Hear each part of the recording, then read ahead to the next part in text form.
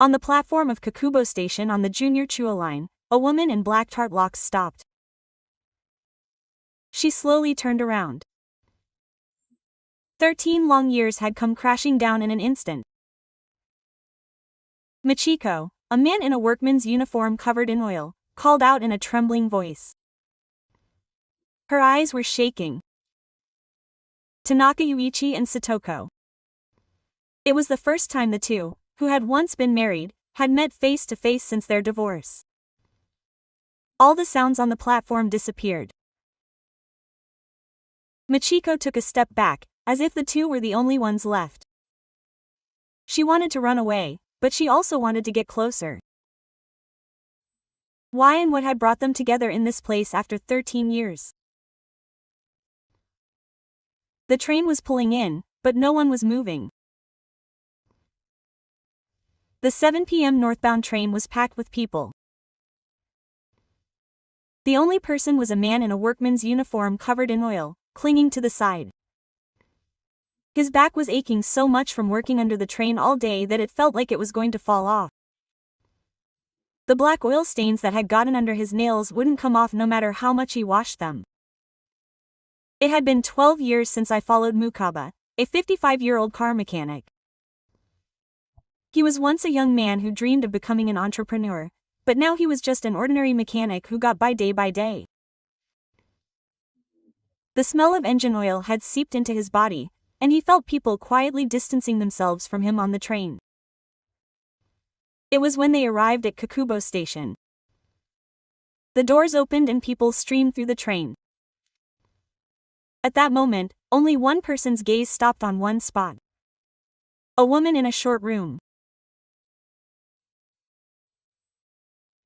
Her back, dressed in a black tartneck, looked so familiar that even after 13 years, her habit of tilting her head and leaning forward remained the same. No way! My heart began to beat violently. The cell phone, which I was clutching in my sweaty hand, almost slipped out. At that moment, the woman casually turned around. It was as if Sato Michiko's voice had stopped. It felt as if the surrounding noise had disappeared and only the two of them were left. Michiko's eyes opened wide. Her lips trembled slightly. Michiko finally said a word. It was the first time she had called him by his name in 13 years. A voice called out, but no one could come out properly. All the emotion was contained in that short call. Miko stared at Yuitsu, then closed her eyes. Then she opened them again. As if to confirm that she was not dreaming, her hands gripped the strap of her bag tightly. Her joints were so tight that white air came out from her mouth. Her voice trembled. Traces of the past were still visible on her face. Her once black, beautiful hair was now mixed with white hair, and fine lines were written around her eyes. Even so, she was still a beautiful woman. What was Yuitsu thinking at this point? Miko stumbled over her words. The light in her eyes wavered. Complex emotions, from surprise and bewilderment to an unconcealable sense of nostalgia, appeared and disappeared on her face. I live in Suginami Ward. I work in a maintenance facility. Yuitsu answered briefly. He didn't know what else to say. How could he explain the gap in the sentence? Oh, I'm doing a dot. Since his daughter lives nearby, they both paused at the word daughter. Even without saying Misaki's name, the two would have imagined the same face. Their daughter, now 25 years old. A cold wind blew across the platform where they had last seen her when she was 11 and 12. Michiko's hair fell. Yuichi wanted to reach out and stroke the paper, but he couldn't. He had no right to do so. Another train was arriving. With the sound of the bell, Michiko said in a panic, "I have to go." She ran towards the train, but stopped for a moment in front of the doors. She didn't look back, but her back spoke. "Don't go, don't let me go." The doors closed and the train left. Only she stood there, blankly. Michiko's face passed through the window. She was looking at him too. Once alone again, Yuichi's eyes narrowed deeply. A shiver rose in his chest. The day 13 years ago, when everything had fallen apart, came back to him. That was where all the debt began. The failure of the self-defense business was also a disaster. Yuitsu ran a small parts manufacturing company, but when his contract with a major company was suddenly terminated, he was in a hurry to raise funds. Bank loans alone were not enough, so he turned to Hyoichi. That was the beginning of hell. The rebuilders showed up at his house. Yuitsu made up his mind when he saw the frightened look on his young daughter's face, just as Misaki was returning from school. He decided that the only way to protect his family was to disappear, so he left home. That was the moment his 12-year marriage ended.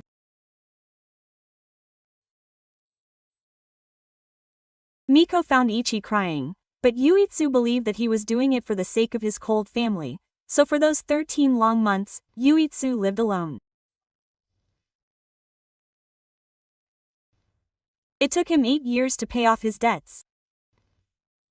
After that, he opened a small repair shop and somehow managed to make ends meet.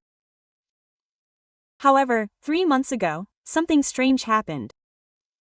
The landlord of the factory he had been running in Saitama asked for Tachiki, saying that it was a redevelopment project. While looking for a new place, he found a nice property in Suginami Ward. At first, he hesitated in Suginami Ward. That was because that was where Miko and Misaki were. But it's been 13 years, and it's not easy to find a factory property in Tokyo. Above all, the rent was reasonable. Suginami Ward is big anyway, so I wouldn't run into her. I convinced myself that and came to Suginami Ward. I spent 3 months without incident. And then today, I ran into her like this. Sometimes I would catch a glimpse of her from a distance. There were junior high school graduation ceremonies, high school entrance ceremonies, and university acceptance announcements, but I didn't have the courage to approach her. How could I, as a father being chased by a regent, face my daughter? The train arrived at the station in the neighborhood. The only thing was that she was walking with heavy steps. Even on the way there, Miko's face was covered in blood and I couldn't tell. They called it a point of presence. How much hardship she must have had raising her daughter alone. My heart ached. When Yuichi arrived at the factory, he closed the shutter and went inside. He opened the toolbox in the darkness. He took out a plastic bag hidden in the very back. It contained old photos. A photo of Miyagi's trip to the mountains, a photo of her first death, and a final family photo. It was a vestige of a time when they were happy. Yui stared at the photo and put it back in the bag. Her eyes welled up, but she didn't shed any tears. Outside, dusk was approaching, just as it had been for 13 years. Yui thought to herself as she boiled instant noodles by herself. Let's never meet again. It was for everyone's sake, but in the back of her mind she knew that today's encounter was not the end but the beginning, that the knot of emotions that had been tightly bound for 13 years was beginning to loosen. The lights of Miku's house outside the window began to come on one by one. Miko must be somewhere too. And Misaki too. Yui looked deeply in the eyes. Tomorrow would be another ordinary day. She told herself to live her life as if nothing had happened, but deep down she was already yearning for something else. Meanwhile, Coco, who was also on the same road, was awake. She had to prepare the food since 4 a.m. It was a small food stall, but there were quite a few customers. Every time she heard her wife say, "Ma'am, the food is the best," she felt proud. But since yesterday, my heart has been complicated. I haven't been able to sleep properly since I met Yuitsu.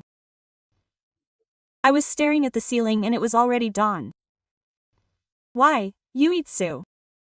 Suginami Kuniko cut something while cooking. Her hands were shaking as she held the knife. It seemed that she hadn't given up on him for 13 years. While she was making stewed fish and frying tamagoyaki, Yuitsu kept coming to mind. He's come a long way. He used to be a man who looked confident, but when she saw Yui yesterday, he was a tired middle-aged man. I guess I'm the same, but Miko smiled wryly. The image of herself in the mirror was unfamiliar. She was 53 years old and had raised her daughter alone, and it was clearly visible on her face. The shop opens at 10 o'clock.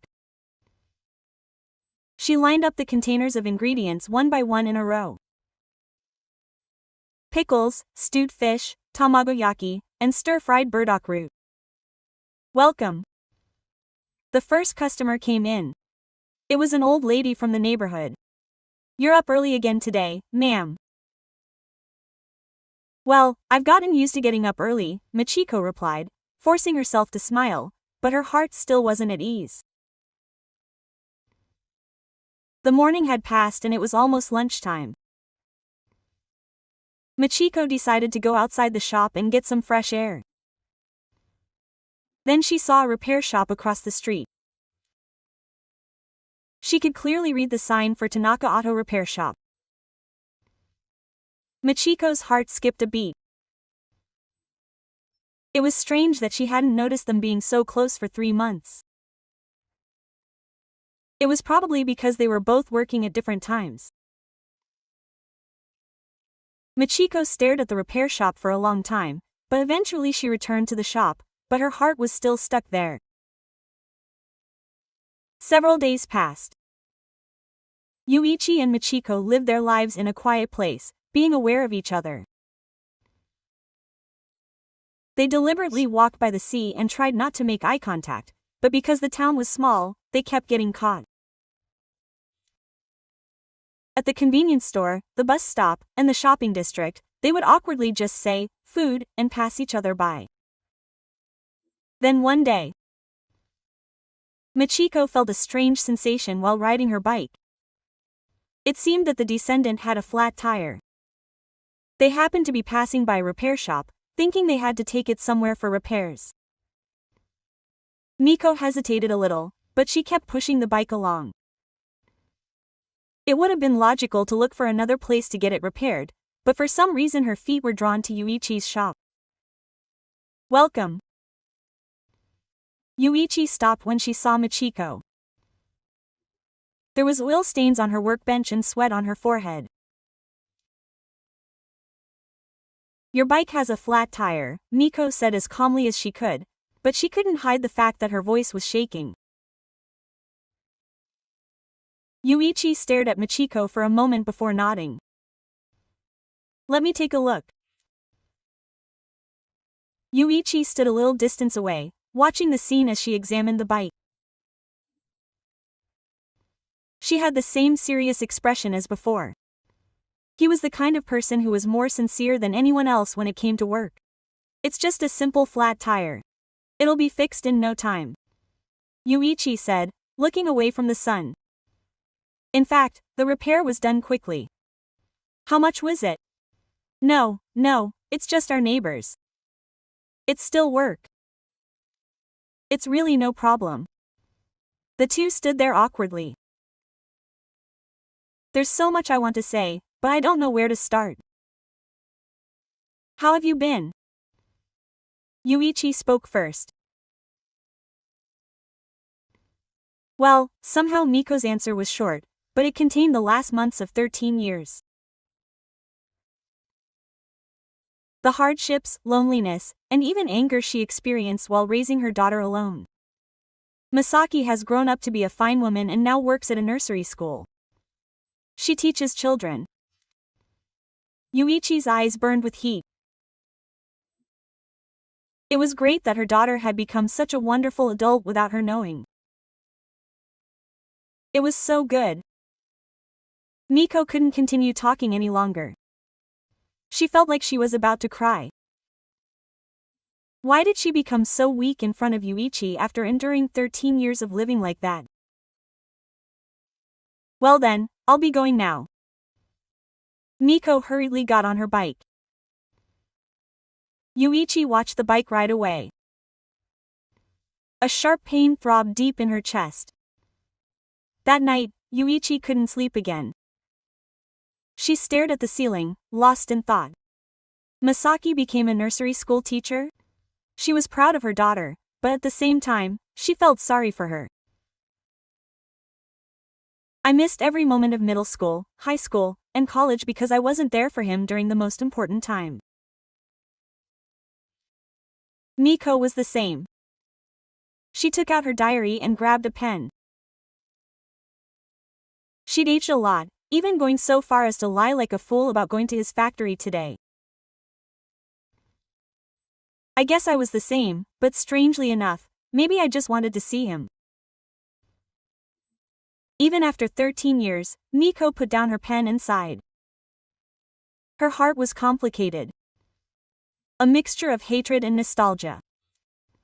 She could see the night view of Suji and Miku outside the window. The lights of the town were shining. One of them must be the only factory, and the other must be Masaki's house. It had been a long 13 years, but there were still no scars on her heart. In fact, it felt like meeting again had made it clearer.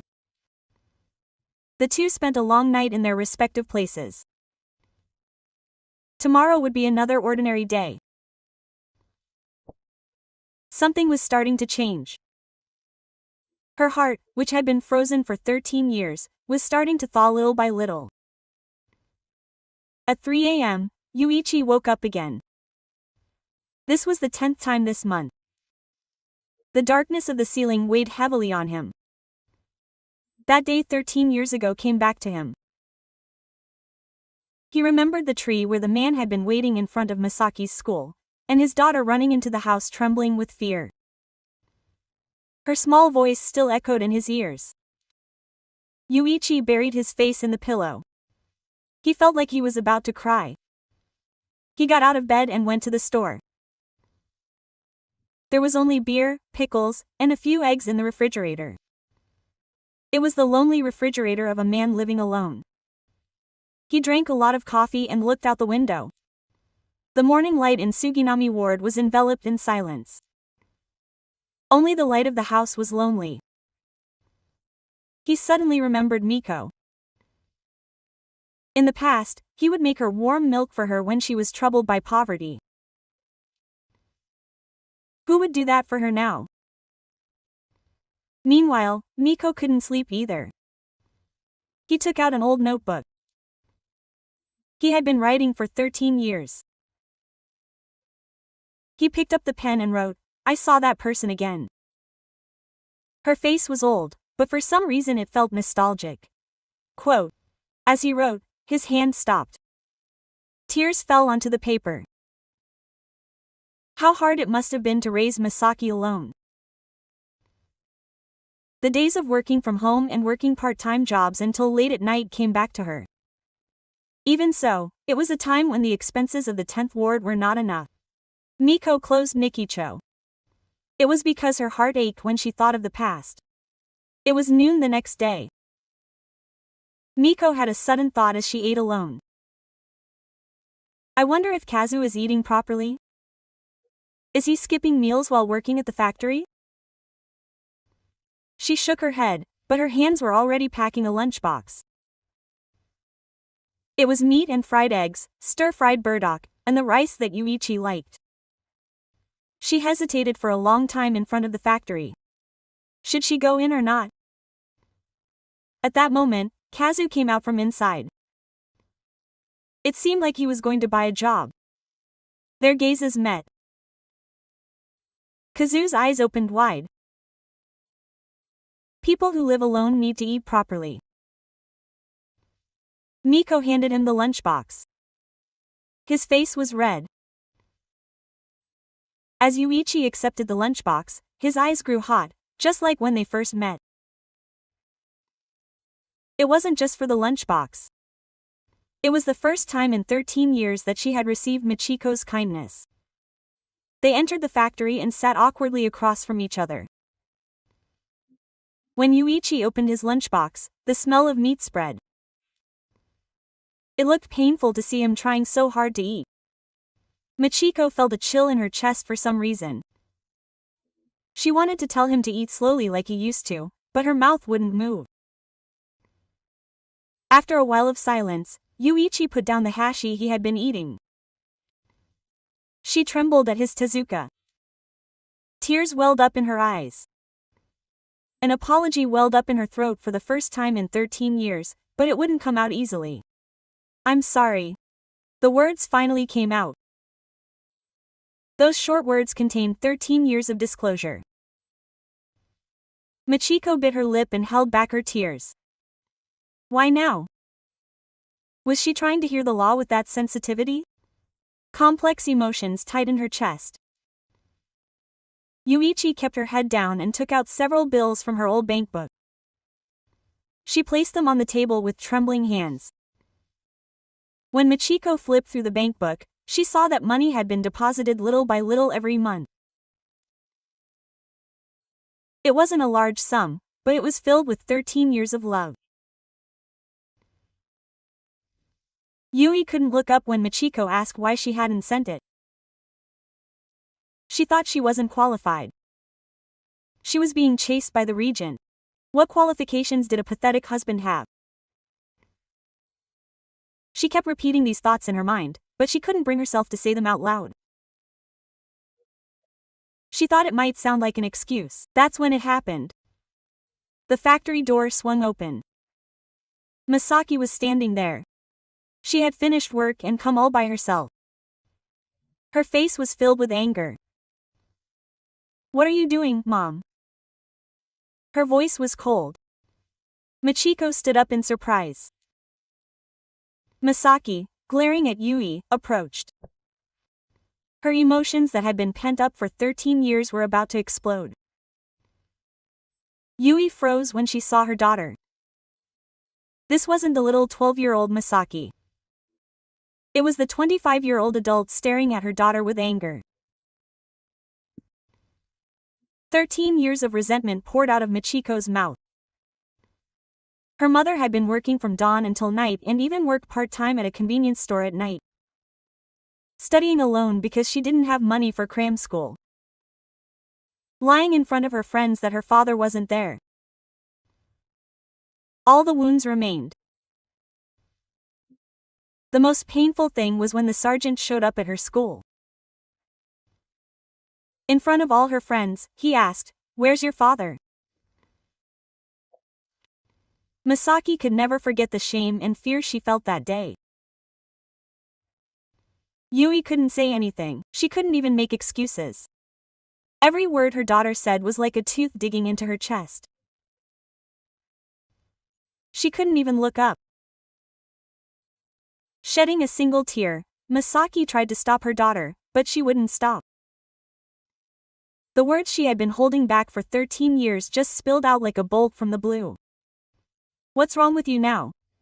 If I say I'm sorry, will everything be forgiven?" Maki's voice trembled. She couldn't tell if it was anger or sadness. Yui fell to her knees. It was the first time she had collapsed in front of her daughter, but Misa remained calm and collected. "Stay calm, you'll be fooled again," quote. Miko chased after her daughter as she kicked the door open. Yui was the only one left in the factory. Kneeling down, the mother and daughter continued their discussion at Miko's house that night.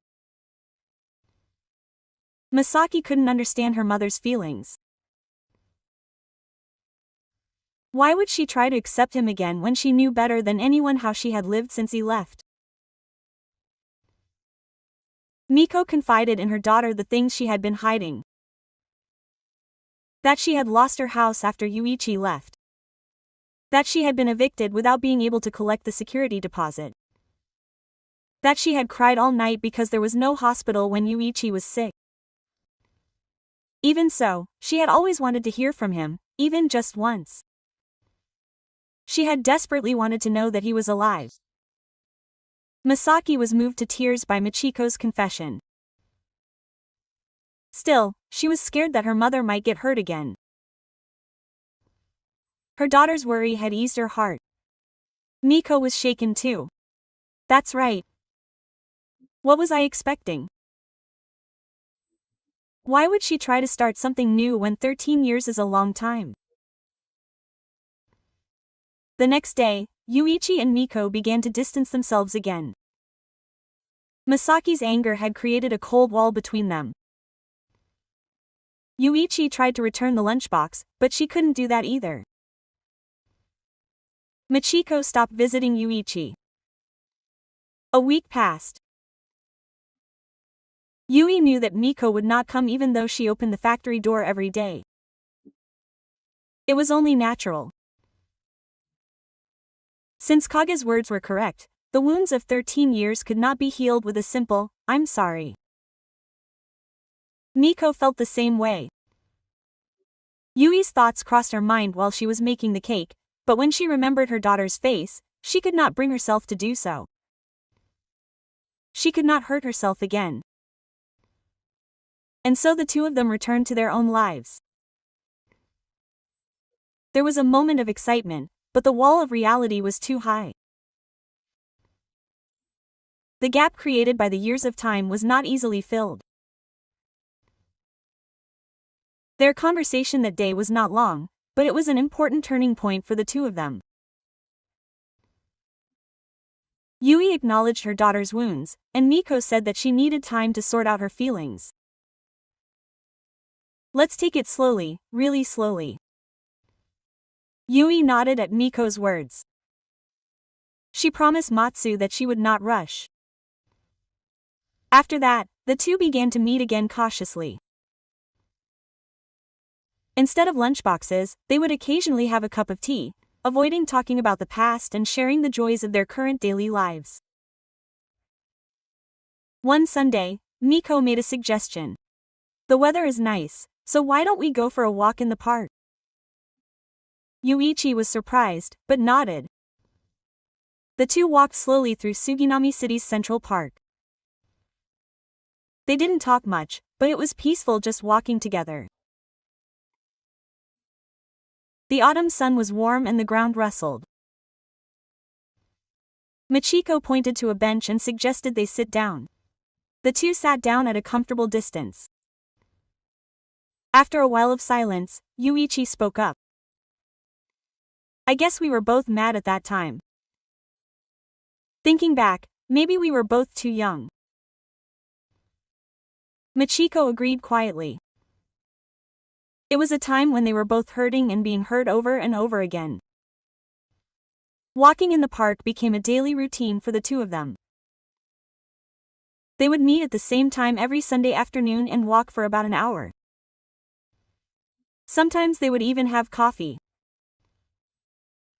Then one day, Michiko's meter broke down. Yuichi remembers what she had done as a precaution to get the repairman to come and see. She sent him an email. She asked if he had time. Yuichi rushed over right away. She saw him appear with a toolbox. Watching Takumi disassemble and clean the switchgear brought back old memories for Miko. We're helping out our neighbors, Yuichi said with an embarrassed smile. Miko smiled too. The words neighbors created a safe distance between them. After the switchgear repairs were complete, Michiko served tea. The two sat at a small table and talked. They talked about how business was going and how busy the factory was. It was just everyday conversation. It became natural for them to go shopping together on weekends. Yuichi would carry the heavy bags while Miko would choose and pack them. The people in the shop mistook the two for a married couple, but they didn't bother to correct them. Yuichi was still wary, but she didn't object as strongly as she had before. She felt that Yuichi had become more cheerful than her mother. Sometimes she would pass by Yuichi as if she didn't know him, but she didn't show any open hostility. It was when Yuichi had a cold. Michiko made some porridge and brought it to him. She felt sorry for him, seeing him sick all alone. Miko's hand was warm, though it was careful, as she placed it on her forehead to check her temperature. Yui's eyes grew hot in that hand.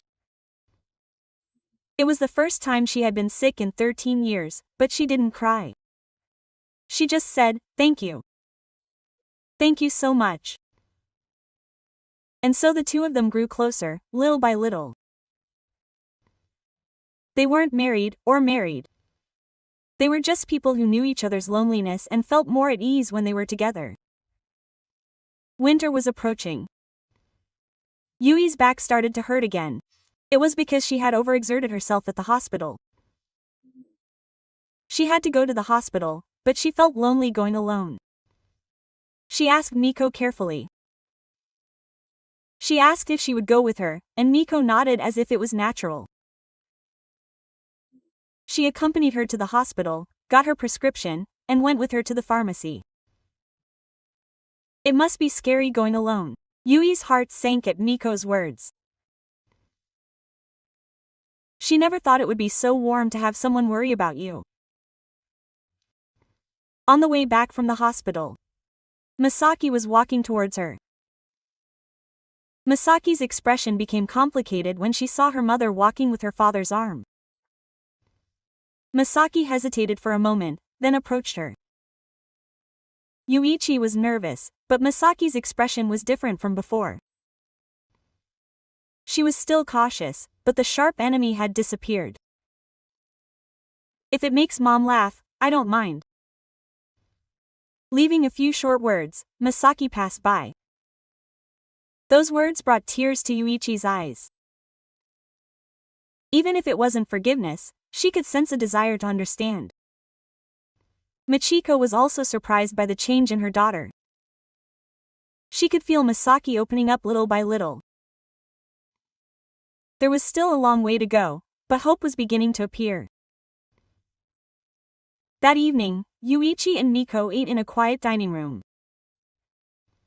The topic of Miki came up.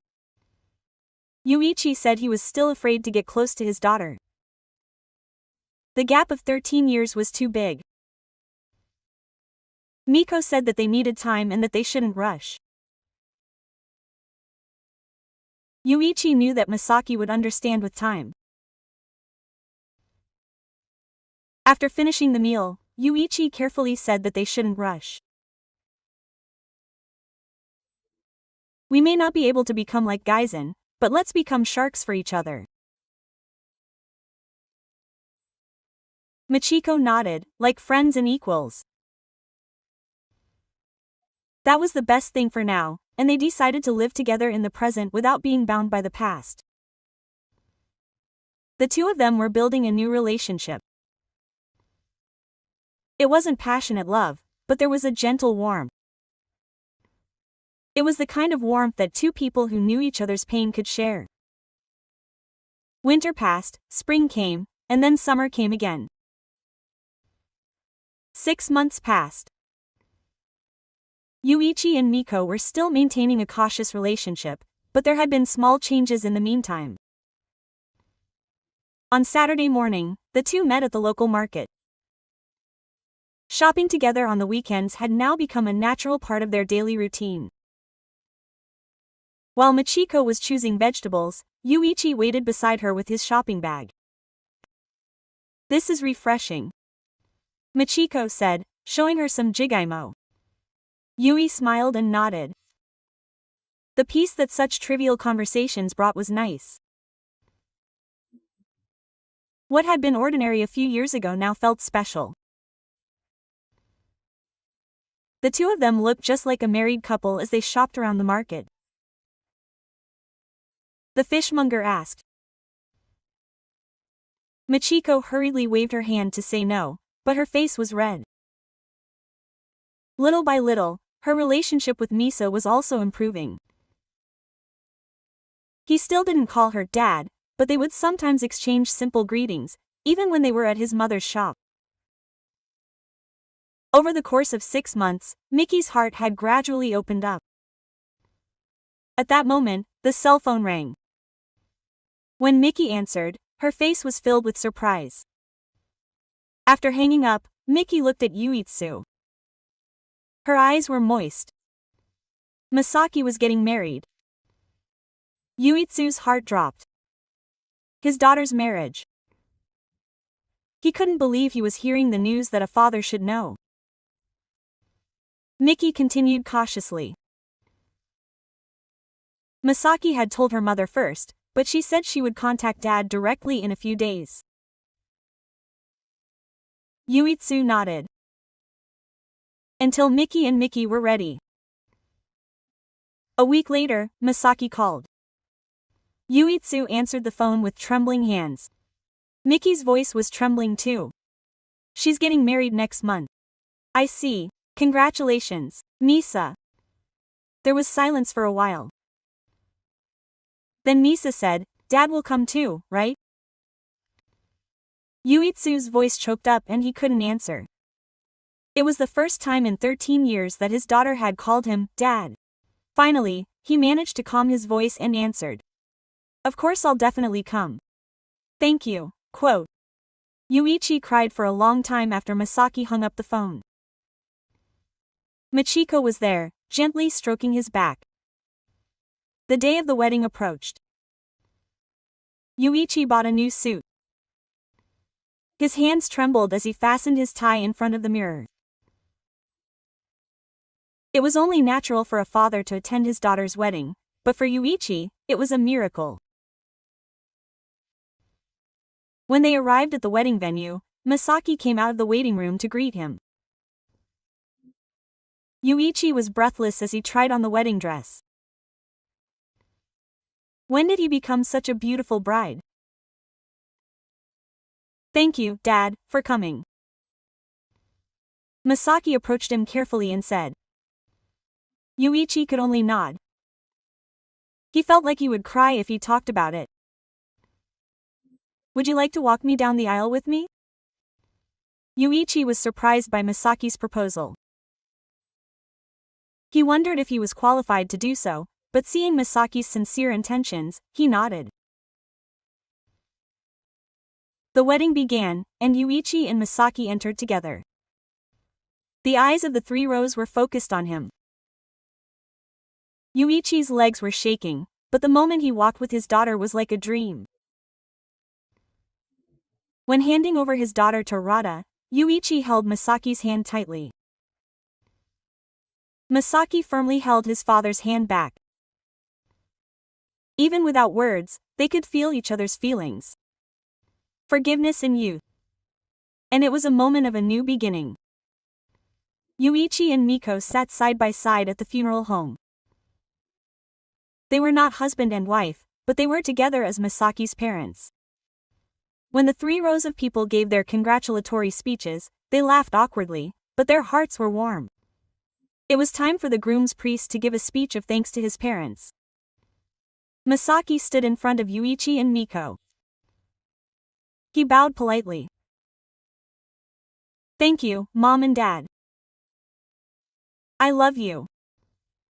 Miko shed tears at those words. Yuichi couldn't hold back his tears either. It was as if all the pain of the past 13 years melted away in that moment. After the wedding, the two walked home in silence for a long time. Their emotions were too great to express in words. Miko spoke first. "Thank you for your hard work." Yuichi nodded. It was a short conversation to comfort each other, but it was enough.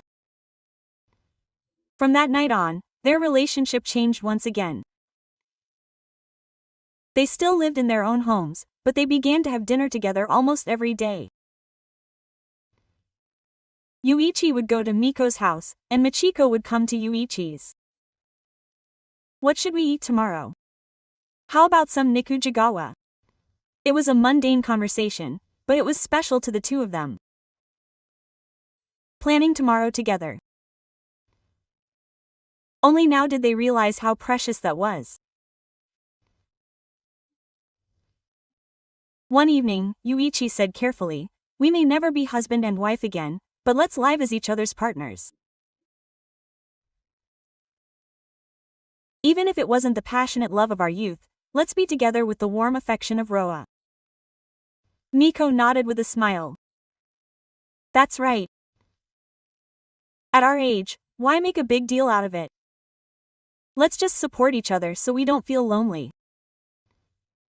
Yuichi smiled at those words. A summer rain was falling outside the window. It was the beginning of the plum blossom season. Yuichi and Miko sipped their tea while looking out the window at the rain. There was no conversation, but just being together was peaceful. The two chose to be partners rather than lovers. A calmer daily life than a love affair. They would ask each other how they were when they woke up in the morning, eat together when it was time to eat, go to the hospital together when they got sick. It was a small but solid relationship. Yuichi and Miko were living in two different spaces, a small residential area in Suginami Ward and a small residential area.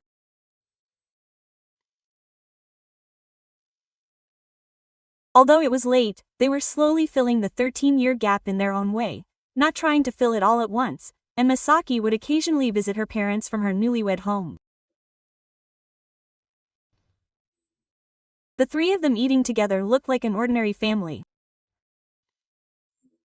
It had taken a long time, 13 years, but they had become a family again. It was about 3 months after their wedding.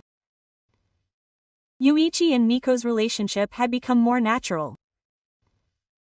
On a Sunday afternoon, the two were walking in Central Park. This had become a regular habit for a long time now. "Dad, Mom." A voice came from behind them. When they turned around, Masaki was standing there. Next to him was a kind-looking man. "He was my husband, Kita. Nice to meet you." It was an introduction to the new family member. Kita bowed politely and greeted. It was also nice to meet Masaki. Yuitsu bowed deeply. He felt as if he was entrusting his daughter to him as a father. The four of them sat on a park bench. Masaki talked about her recent work, and Kita talked about his company. It was just an ordinary family conversation, but Yuitsu and Michin felt how precious it was. "I'm relieved that my father and mother are getting along." The two of them looked at each other at Yaki's words. They were certainly getting along well. They weren't married, but they had built a good relationship. That evening, Miko brought dinner to Yuichi's factory. As they ate, they talked about Masaki's marriage. "It's really great that he married a good man." "Ah, that's a relief." It was a short conversation, but it was filled with the "and" of parents. After the meal, Miko said, "We really weren't needed, were we?" Yuitsu smiled wryly. They were young. They both came to accept the past rather than blame each other. Time had made everything calmer. Autumn deepened and winter came. The only factory was busy with the end of the year. More customers came to inspect their cars. Michiko's general store was also busy with orders for the end of the year and New Year. Even in the busyness of the village, the two found time to meet. They had become in a relationship where they couldn't help but see each other. On New Year's Eve, the two ate New Year's Eve noodles at Miko's house. I look forward to working with you again next year. Although they weren't married, they were the two who welcomed the new year together. On the morning of the last day, the two went to the shrine for the first time in the new year. I don't know what they prayed for with their hands together, but I'm sure they prayed for something similar.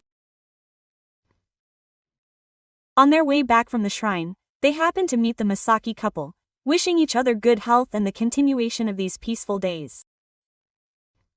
Oh, are your parents also visiting the shrine for the first time in the new year? Oh, Kita and Masaki, I look forward to working with you again this year. It was a natural family conversation. If someone passing by saw them, they would just look like a normal family. In fact, they had become a family. Slowly, spring came and Masaki gave some happy news. They were having a baby. Yuichi and Michiko looked at each other. They were going to be grandpa and grandma. Congratulations. They both gave their heartfelt congratulations. The birth of a new life. It was the greatest joy for the family. The two of them supported Masaki during her pregnancy.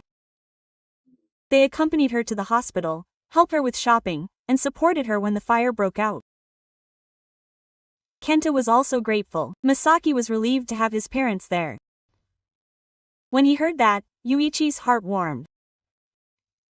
He felt that he had been recognized as a father and as a father. It was an afternoon with gentle autumn sunlight.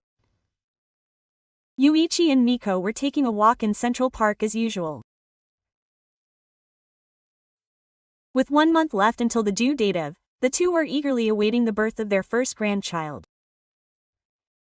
Will it be a boy? Will it be a girl? Michiko said happily. Either way, it would be cute. Yuichi smiled gently. They sat on the bench and there was silence for a while. But it wasn't an awkward silence. It was a comfortable silence between people who had been together for a long time. We've come this far after all. Miko said with emotion. Ah, it was a long way around, but Yuichi also thought and answered Beckage. It had been a long time, 13 years. From the divorce to the reunion, and their current relationship, they never went back to being the same couple they were before. But they found something more important than that. They understood each other and became grandparents as Audrey, Michiko said with a smile. That's right. We have to do our best. Yuichi answered happily. Family is a strange thing. Even if it breaks down once, it can be rebuilt in a new form if given time. In the evening, the two headed to Miko's house. Today was the night Yuichi cooked. Lately, they had been taking turns preparing meals. Yuichi's cooking skills had improved. What should we make? How about Nikujikawa? It's a mineral from Masaki, so we can take it to Asuke. That's good. Yuichi sat in the kitchen, watching Michiko eat ice cream. This small extra time feels regrettable. A scene that was commonplace 13 years ago now seems like a special gift.